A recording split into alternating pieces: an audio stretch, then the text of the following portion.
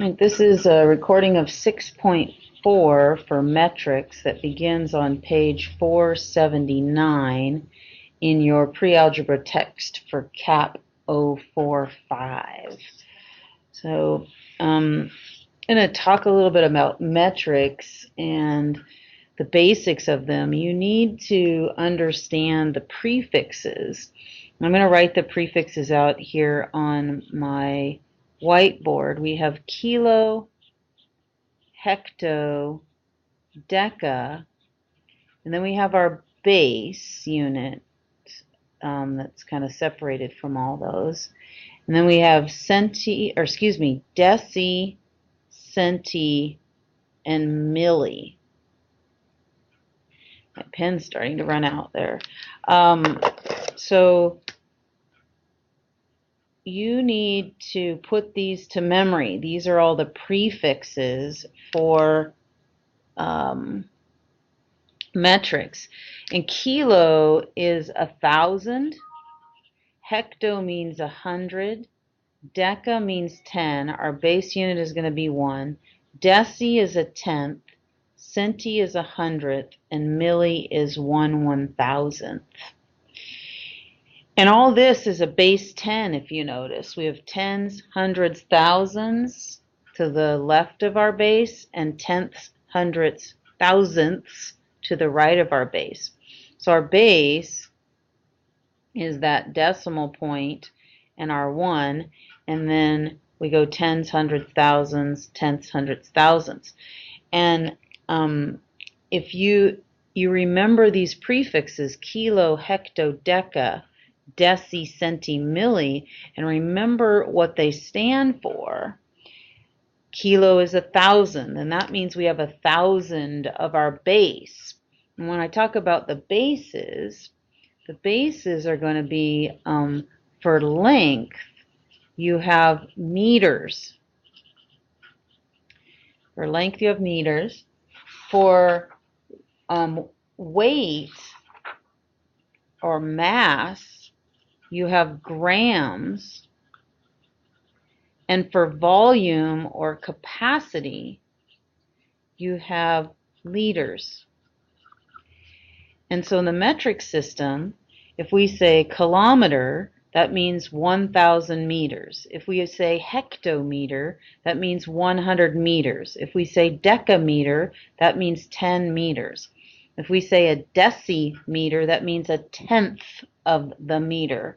If we say centimeter, it means 1/100th of a meter. And if we say millimeter, it means 1/1000th of a meter. And then we do the same thing for mass. Our base is grams. If we say kilogram, we have 1,000 grams. If we say hectogram, we have 100 grams. If we say decagram, we have 10 grams. If we say decigram, we have 1/10th of a gram. If we say centigrams, we have 1/100th of a gram. And if we say milligram, we have 1/1000th of a gram. And then we do the same thing for volume. Kiloliters or kiloliters means we have 1,000 liters. Hectoliter means that we have 100 liters. Decaliter means we have 10 liters. Deciliter means we have a tenth of a liter. Centiliter means we have 1/100th of a liter. And milliliter means we have 1/1000th of a liter. So the metric system is really cool because there's not any like arbitrary names for these measurements. They don't all have these different kind of arbitrary numbers around them, like 12 inches to a foot and 3 feet to a yard or something like that. They're all on the base 10 system with the same prefixes, and then the suffix for length is meters, mass is grams, volume is liters. So if you memorize kilo, hecta, deca, deci, centi, milli, then you're in good shape to do your conversions within your metric system. And you can use the bridging system if you want to, or you can also just move the decimal. And I'll show you both. If we look at page 480, we can use the bridging system on example 1 to change 2,326 meters, and we want to go to kilometers. So we bridge this. Well, you have your bridge, and you're going to put meters on the bottom of your bridge, and you could put kilometers at the top, and you know that 1 kilometer is 1,000 meters. And so you're going to multiply 2,326 by 1, and then you're going to multiply 1 times 1,000. So in other words, you're going to divide 2,326 by 1,000, which is 2.326 kilometers. Now that you can use the bridging method. You can also move the decimal. You notice there's 3 zeros in 1,000. You would move the decimal over 3 places in meters. Now sometimes that's a little, more like you got to kind of remember those ratios. You could also remember an interesting little technique or chart. If you do K, H, D, and then your base, and then D, C, M. I'm making a little chart, horizontal chart, and across the top of my board, and it's kilo, hecto, deca, base, deci, centi, milli, right? And our decimal place is in the base area, right? To the right of the base. So if we had, and then we have our thousands in the kilo, our hundreds in the hecta, our tens in the deca, our bases are our ones units, our tenths in the decis, our hundredths in the centi, and our thousandths in the millis. If we said, all right, if I had 2,000, if I put this 2,326 meters, that would be in my base units. That's where my meters, grams, and liters are in my base units, my prefixes. And I need to get that to be to kilograms. Well, I know I have to move my decimal 3 places, 1, 2, 3 for deca, hecto, kilo, to the left to get it to be 2.326 kilometers. Those are going to be equivalent. Okay? So you can just use this chart and move your decimal back and forth depending upon where you want to go. Let's try another one. What if I have 1,156 meters and I want that to be kilometers? Again, I got to move to the left to get to kilometers. How many places? 1, 2, 3. So I move my decimal 1, 2, 3 places to the left, and we're at 1.156 kilometers. Right? If I wanted to change centimeters to meters, so that's example 2 on page 481. I could put 537 centimeters under my centimeters column, and I want to change it to meters. I have to go 2 places to get to my base, or my ones unit, because it's hundredths, right? I got to divide by 100, so I got to go 2 places to the left. It's 5.37 meters, 537 centimeters. So instead of using bridging, you can just use the decimal if you'd like. Example 3 on page 482 says, how about 10.2 decameters? So decameters falls under our tens place.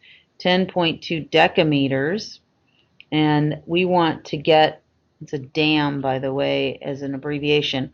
We want to get to centimeters, so we're going to move all the way to centimeters. Well, from decameters to centimeters, how many places do we have to move?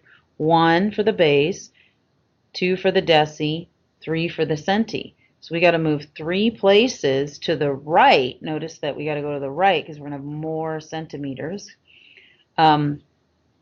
So we take our 10.2 and we move it 3 places, 1, 2, 3 places to the right, and it's 10,200 centimeters. So we're just moving back and forth on our metrics chart. Kilo, hecto, deca, base, deci, centi, milli. Some people memorize this. King Henry died by drinking chocolate milk. So if you want to memorize that little chart to put at the top of your paper or to use whenever you're thinking about converting metrics, this is a good little memory technique to memorize it. King Henry died by drinking chocolate milk. K for kilo, H from Henry for hecto, D for died for deca, B for by for base, D for drinking for deci, C for chocolate for centi, and M for milk for milli. So I'm going to use this chart again to do mass. So if you go to page 483, it asks to convert 0.025 decagrams or dags to milligrams. So we want to go all the way over to milligrams. So if we're under the decagram column, how many places do we need to move to get to millis? 1, 2, 3, 4. So we're going to take our decimal and move it 4 places to the right. 1, 2, 3, 4.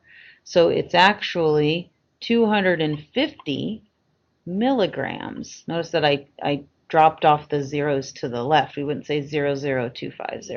Okay? So 250 milligrams. How about units of volume on page 484? If we want to convert 11,725 milliliters to decaliters, so we want to get all the way over to decaliters. So we're at milliliters, which is on the far right of our chart, and we want to move 1, 2, 3, 4 places to the left to get to decaliters. So we take our decimal, and we move it 1, 2, 3, 4 places to the left. So that would be 1.1725 decaliters, or DAL. All right? So using this chart makes this particular lesson and conversion very simple because it's all base 10 and all the decimals. So put this chart at the top of your paper. Have it available to you to put your problem underneath wherever it's located, and then move the decimal right or left in order to get your conversion. So that's the lesson for 6.4, and you can read through that section and do the homework for that particular section. We'll see you in the next recording.